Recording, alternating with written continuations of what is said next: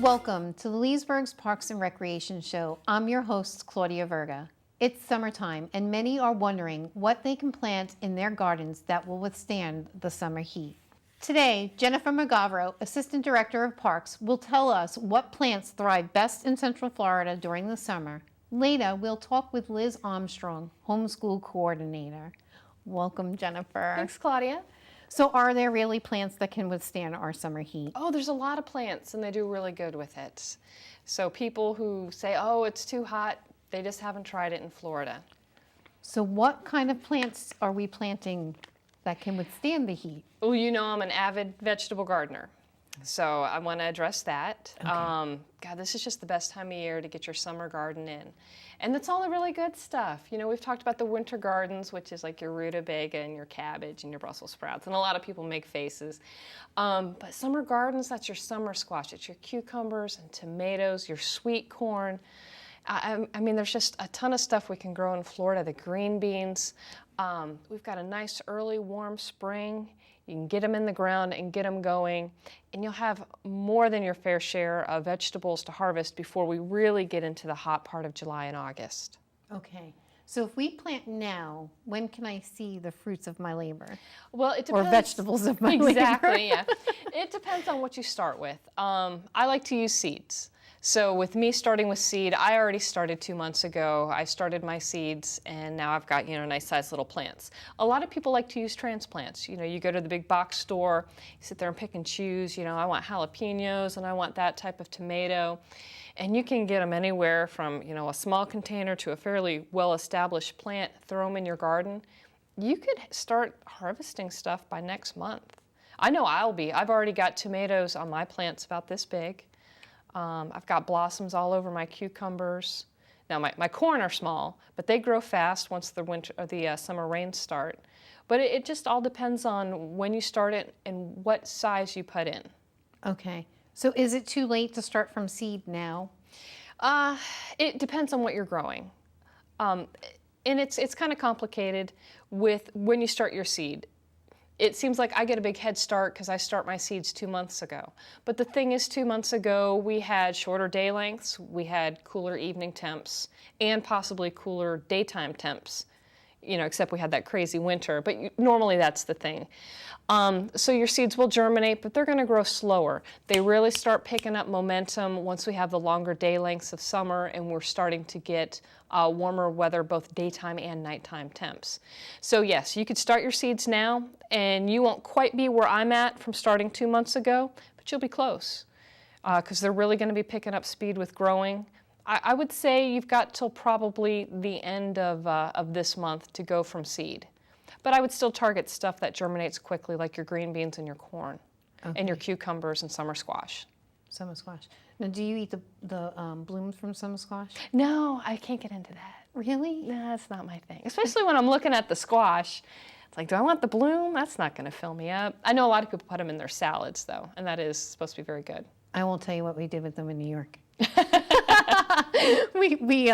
We flowered them up and made them like Zeppelis. Oh, I've heard of that too. You can do that with elderflowers. You can do that with a lot of edible flowers. I did not know that. I thought it was just the squash flower. You New Yorkers aren't just the only crazy ones. That's good to know. I've heard this term, solarization. Yes. What does that mean? Solarization, it's a good way to sterilize your soil.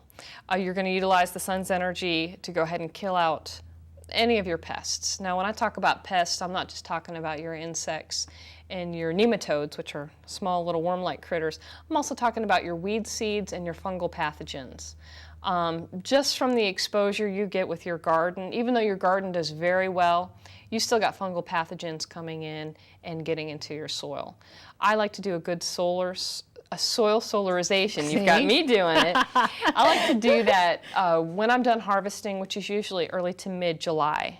We really get into that heat, that intense heat, and we're getting into the rains too. And most of my crops are about done. I go ahead and harvest everything out, clear everything, give it a good tilling.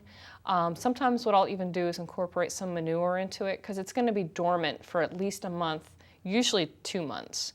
I'll put down clear plastic and weight it down on the edges and that way it just sits there and bakes the soil. You know, the temperatures under that plastic is well over 100 degrees. So it'll just bake through possibly 2 to 3 inches of that topsoil level where you've got all those pathogens and everything. Kills them all out so that come winter, you're starting out with fresh, clean soil. So it's like creating an oven for your Yes, garden. exactly. Okay. Yes. Wow, that's pretty cool. And it's so easy to do.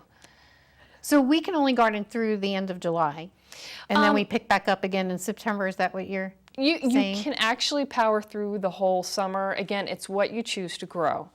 You're very limited on what will grow through July and August. I mean, it is really hot, it's humid, you've got a lot of rains, so you run the risk of fungus. But I know your crowder peas, your okra, sweet potatoes, they'll make it on through. They don't care, they love it. So it's just about, you know, what you're setting your sights on growing. If that's something you're interested in growing, you're good, keep going. Don't grow it if you're not interested in eating it. But yeah, you can grow. Okay. Now, I want to garden, but I live in an apartment. Yes. So what are my options? We have the community garden. That's where you can come and get a plot, and we'll get you all set up with your own 15 by 20 parcel of land at the community garden, and you can grow whatever you want.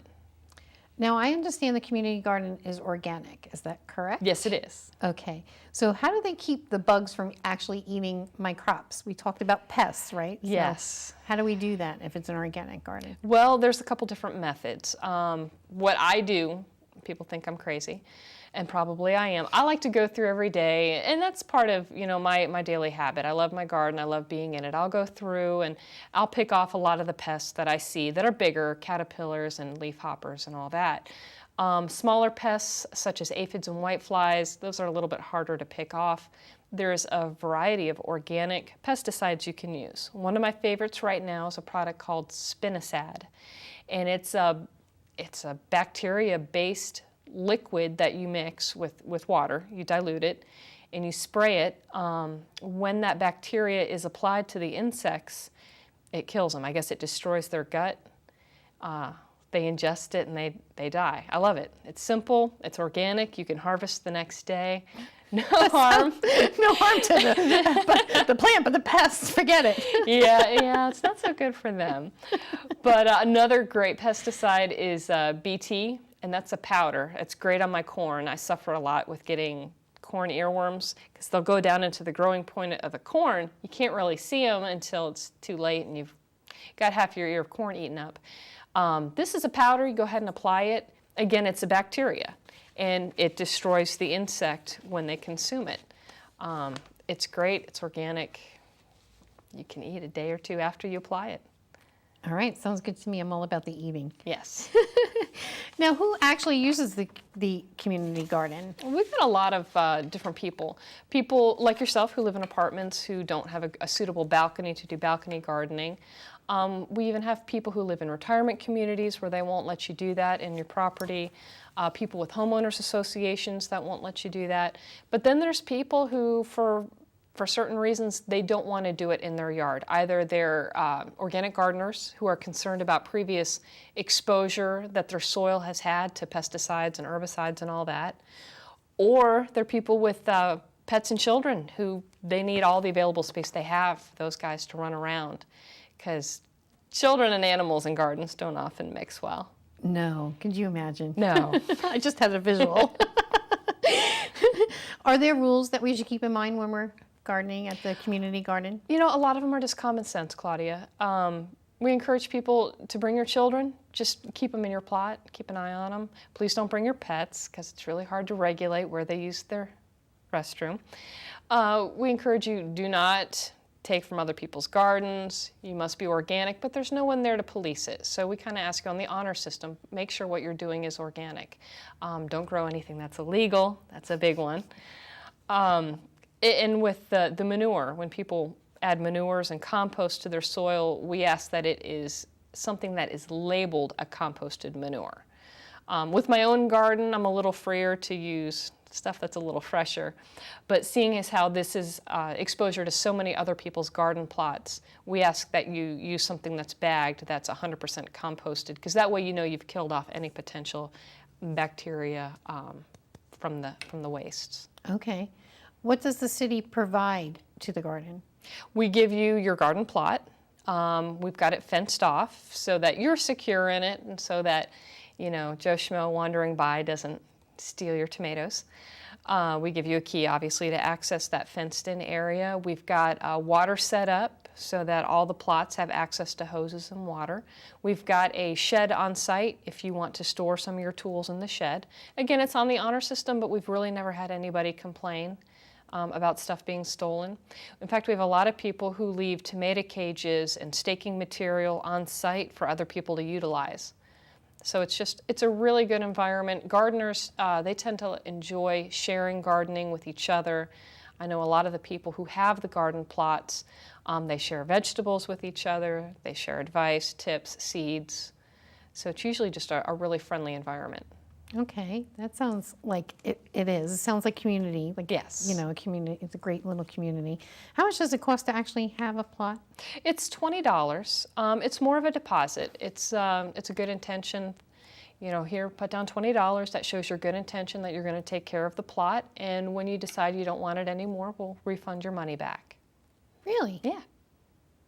I like that. Yeah. Can you use it over and over and over again? Yeah, if you want to keep that plot and keep using it, it's completely yours to do with, yeah. So where do I go and get my garden? We can set you up at the Leesburg Gymnasium. That's over on Griffin Road. They'll get you set up with that. Okay. And you just go in, do you need to show ID? Like, we don't really limit it to Leesburg residents. Proximity-wise, there's community gardens in other communities throughout Lake County, so we don't really feel a need to say, okay, only for Leesburg residents, because that's generally all we get. But yeah, come on in. I'm interested in a community garden plot. We've got a little schematic we'll show you which one do you want. You know, we'll show you which ones are available. You pick out the one you want, and we'll even till it for you when you're ready to get going. that sounds like a great deal. Yeah, it is. And a lot of fun. Yes. Well, thank you so much for being here today. Thank you, Claudia. And we'll be back to talk about more activities for your children over the summer. With nearly 300 different products that come fresh from Florida, it's easy to combine a few to make a unique meal for your family tonight. Let's start with this winter Florida harvest salad. Crisp cucumber, radish, and sweet peppers make this an amazing first choice. And how about a Florida chicken scallopini with wilted arugula and fresh Florida tomato? To end on a sweet note, how about some fresh Florida strawberries with white and dark chocolate mousse? For these recipes and many more, visit our website. Welcome, Liz. Hi there, how are you, Claudia? Nice to see you. And we'll say hi to our guest today, Samantha. How are you doing? Good. Good. Chandler and Jonathan. Thank you, everyone, for being here today. Thank you.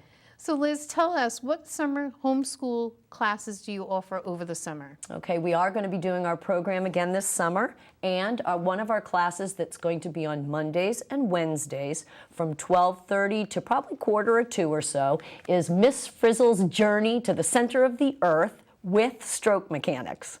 I know that's a big mouthful. Miss Fizzle. Miss Frizzle, and Miss Frizzle is a hallmark in our library of all the tours that she's done through plant life, through the human body, and she also has a book, Miss Frizzle's Journey to the Center of the Earth. So I would like to talk a little bit about our Earth, and then most of our Earth is with water, so how about if we swim along and learn some swimming strokes and have some fun while we're at it. We're also going to be taking a look at some of the things that are going on in the middle of our planet and the lava and doing some projects and then making an academic and fun time of it. That sounds like a lot of fun. What's the age limit? Well, the age limit will be probably kids that are between 7 and 12 would have the best time in this program. So you're saying I can't participate? Well, you sure could if you'd like to come along. I guess maybe I could volunteer or something. I'm not sure. Absolutely. Right? What other classes are we offering? Well, on Tuesdays and Thursdays, I would like to repeat again, and our boys are here, our Leesburg Lightning pitching program. We're having the Lightning come again, yay! And so a few of the boys volunteer to work with the participants, and we go through the 6 or 7 different pitching styles with showing them their fingers on the laces, and then we also do some batting practice. The boys are there to help us. We do a history of baseball, and this year, because our Lightning have their own baseball cards, we're going to be doing some baseball card collecting and trading and looking at some of the famous baseball players whose cards are worth some significant amount of money these days. Yes, that still is around, baseball cards. Absolutely. And bubble gum too, so we'll be chewing some bubble gum. Really? And any other classes that we're offering? Absolutely. Mondays and Wednesdays, Tuesdays and Thursdays I had spoken about. So Fridays, the city would like to offer an adaptive aquatics program. That will also be from 12:30 to about 1:45, as all of the classes are, so that we can fit in between open swim and when lessons are done. And the adaptive aquatics class is going to be for any kids that need some extra help with swimming. Either the noise around them is too loud, the water is a little bit fearful for them, or they just want a little bit of extra help getting in the water. Maybe they have some bone or growth issues, so they don't walk or whatever as well. We're going to adapt the pool to fit to them, and everybody can learn to swim. So that is going to be every Friday for the whole summer. So that program, in fact, is going to run from 6:10 until 8:30 every Friday. Okay. Yeah. That sounds like a wonderful program. Yes, and that would be to call, if you wanted to specifically sign up with that, you would call the rec office. We'll be doing the phone numbers in a little bit. You would ask, for information. They'll give you the information, the times, and all that kind of thing, and somebody will call back, talk to the parents so that we can get it scheduled. Okay, so far we have 3 programs. Is that it? Yes, 3 programs through the Homeschool Phys-ed program. Okay. And where do they all take place at the same place? Okay, well, that's a wonderful question. We are at the Venetian Gardens complex, and the swimming program, Miss Frizzle's Journey to the Center of the Earth, that will be at the Venetian Gardens pool. And that will be Mondays and Wednesdays, and you'll come right onto the pool deck, and we'll be there the whole time. On Tuesdays and Thursdays, when we do the Lightning Pitch program, we're going to be actually meeting at the stadium, because the guys are practicing there sometimes, or that's a wonderful place because you're right in the stadium to be able to have the batting cages and some of the appropriate feet to throw to first base, that kind of thing. So we'll be at the stadium for that. And then Friday with the adaptive aquatics class, we'll be back at the pool. Okay, great. Thank you. Now, I know that homeschool, it's open for homeschool, but do you have to be in homeschool in order to participate in these programs? No, you do not. We offer it to the homeschool kids first because sometimes they don't always have a physical education outlet, and we would like them to be able to have an excellent physical education outlet. But then we also open up the classes to kids that are from the community. We had 2 that participated with us last year that go to regular, public school, and one of the young men was so wonderful, he ended up joining the Leesburg Titan swim team from just coming to our program last year that we had over the summer. It was just wonderful to see him. So even if you're not a homeschool PE kid and you're interested in these classes that have an academic base to them along with exercise, please come and join in. Sounds like a lot of fun. How soon can people register? Okay, May 18th is really where the city is gearing up for our Swim Safety Day and some of our summer programming that is coming up. So I would say that you could call the rec office after the 18th, and there will be information available. The other thing is that I'm working to update the homeschool PE page on our notepad in Parks and Recreation, so that web page will be up and we'll have all the information available after the 18th. So you could call, check check on the website, call in, and then offer get what you wanted to. Do you have the number or website available for us? Sure. The phone number is 352-728-9885. And that's the number to the rec office over on Griffin Road. And then somebody there can help you. You could say, I'm interested in the homeschool PE class, and then the attendant there will direct you to either another person or a phone number to call. Okay, great. How much does it cost? Well, it's very affordable. We run these classes like the swimming lessons. So for the programs, the Miss Frizzles, the Monday and Wednesday, and then the pitching program Tuesday and Thursday, you have 8 sessions for $25. 8 sessions for $25. So the first group will go from 6:10 to 7:05. Then the second group will go from 7:08 to 7:31 in July. And then the last section will go from the 5th of August to the 30th of August. Now, some of those kids might be going back to school, so I don't know. I know that we'll be doing that for the homeschool kids, but any of the non-homeschool kids, they might want to do the first 2 sessions so it won't interfere with going back to school. Okay, so there's 3 sessions for all 3 opportunities. Yes, 3 sessions. And the Friday swimming lesson will go from 6:10 to 8:30 because it's only every Friday. The others meet 2 times a week, so that then there's 2 sessions for those classes. Okay, got it. Thank you so much. Oh, sure. Okay, so tell me about what a typical day in, say, Miss Fizzle's class would look like. Well, if we're a typical day in Miss Frizzle's class, then we can take Samantha, our assistant right here, and help us with the swimming. Come on, Sam, and I'll show you about what we're going to do in Miss Frizzle's class. So, Miss Frizzle is going to be swimming in the ocean. You can go ahead and just lay down on the floor like we did before. And she's in her bus going along. And then they're coming along in the ocean. Samantha, could you show us your breaststroke? In stroke mechanics last year, Samantha, go ahead and you can do that now 5 times, please. Froggy kick.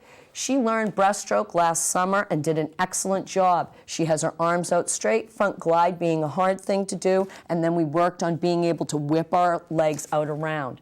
Breaststroke is a level 4 swimming stroke in American Red Cross stroke mechanics standards. And she did a fabulous job. Thank you so much, Samantha. Thank you so much. How'd you like our water on the floor? I love the water, and she did a fantastic job. Thank you so much. Who knew you could swim so well? Right. Yeah. And what about in a Leesburg Lightning? Oh, that's wonderful. Here we have Chandler Sapp. He was in our program last year. And Chandler, if you'd like to come on down. Chandler did excellent with working on the pitches. He learned how to be able to hold the ball correctly. If you would like to demonstrate a pitch that you did last year, Chandler, for us. Thank you so much. And you can have a seat. Wow. And do you know that Chandler is now on a city league team and one of the best players because he's a little bit older now. He had some experience last year. Last year they went to 2nd place, and this year he was actually able to help some of the newer players with their pitch. Fantastic. And it looks like he's got a pretty big, Proud of pretty fastball there. Fastball there, yes. Thank you, Chandler. And John Hayes is another one of our participants. Last summer, he also, John, if you'd like to get up so you can show some of the batting practice you did.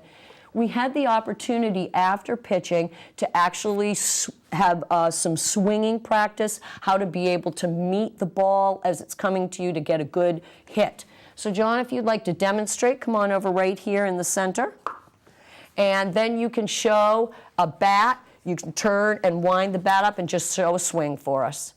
And what we learned was, watch out! What we learned was that you want to bring the bat straight across the body and then follow through so that the ball will sail with the momentum. That was one of the things they taught us. Momentum is key. I think even in swimming. Absolutely. All of them displayed eye-hand coordination. Thank you so much, Jonathan. sure. That was wonderful. Thank you.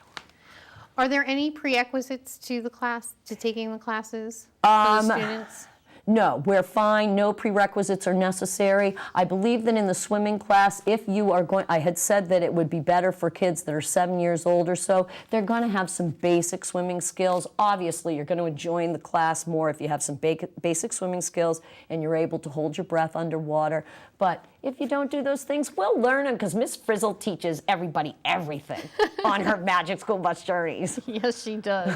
Are there any supplies that are needed? I believe that when you come to the pool, it's important to bring water, a towel, sunscreen. There was just something on the TV the other day about melanoma, and a shirt to cover up with because it's hot out there and we're outside for the whole hour and a half. And even if you wanted to bring a little snack, great. As far as with the pitching program, please, a hat just to cover your head. And then if you have a glove that fits you, that's going to be better than gloves that we just have from the rec center. I have balls and bats aplenty. So just bring your own glove and wear your sneakers and a hat and bring some water so you don't, dehydrate. Okay. It's hot out there in the summer. It is hot out there. Now, if you would, take a moment to explain the history and some of the successes that you've had with this program. Sure. We have been doing this program, the Homeschool Phys-ed program now, going on our 3rd year. We have grown to last summer, we had 11 to 17 kids participating consistently throughout the summer, which is wonderful because I started off with 3 children volunteering to help me with it 3 years ago, and they, I think, were all under the age of 6. That's a captive audience. And last year we had these middle schoolers and a couple of other students. That was just wonderful. We did some canoeing and that kind of thing. So the history of this program is to be able to provide a quality physical educational experience for homeschool students, because who has canoes and pools, Olympic-sized pools, and all the equipment at their home? So let's come out to the city, get involved in the wonderful nature we have here, and then do a little academics too. Excellent. Now, you had mentioned that Chandler was in the program last year. So for people who participated last year, what would be new for them for this year? Wonderful. I'm glad that you brought that up because Jonathan was involved last year and I actually was talking to him about that today. This year he is going to take on a counselor in training role when he's doing Leesburg Lightning so that some of the new participants coming in, he's actually going to be the hands-on man, showing them how to hold the ball and helping them just like one of the Lightning baseball players would. So Chandler will be in that situation also this year to be able to offer guidance. Also, since we do the history of baseball, these guys are pros about what's going on in the Leesburg Stadium and some of the history of baseball here. So I will let them talk to the new participants about what happened around Leesburg with baseball. And do you know that we had the first lighted baseball stadium in 1929 in Florida? I did not know that. See, cool facts like that they'll be able to spit out. All right, I love that. Well, it sounds like it's going to be excellent program this summer as well. Yes. Thank you so much for being here today. Oh, thank all you. of you. Thank you so guys. much. We enjoyed you. Thank you, Claudia. And we will see you next time on Leesburg's Parks and Recreation Show.